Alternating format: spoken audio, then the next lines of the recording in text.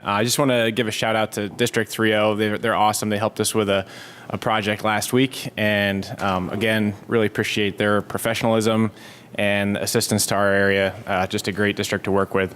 And last year, Tioga Bradford County, we were hit really hard, and I appreciate your assistance in getting our roads opened back up, and I appreciate the continuing effort to fix the roads there.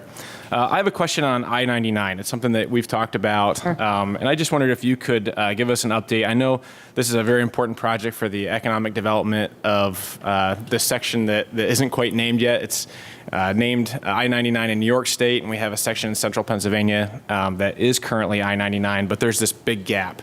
And something we've talked about, could you give us an update, the committee, an update on where we're at with that project and where we're going to be in the next few years? Sure. So we're working toward that. We know how important it is to you, to your district, to the community. We know what an I-99 designation can mean to the economic development in that area. It's very different than a U.S. Route 15, U.S. Right. Route 11, right? And so we want to make that happen. In order to get that interstate designation, certain improvements have to be made. Certain speeds have to be kept along the full length of it. Certain access points have to be there. And so these are costly and they're upgrades. So we're working towards that. Obviously, the infra grant that we got for the I-99, I-80 interchange was huge in getting us there. We weren't able to fund that ourselves, but by applying, and I know your district helped, and I know the congressional leaders in the area helped as well.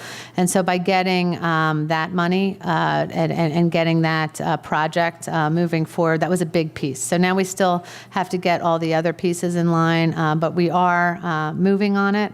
And, we don't have a deadline of when it will happen. It's when the money, when we're able to make it available for those improvements, we will do so. Okay. So we don't have a specific timeline. I know there were some studies that were done. Could you give us any updates on any of these studies of improvements that need to be completed prior to?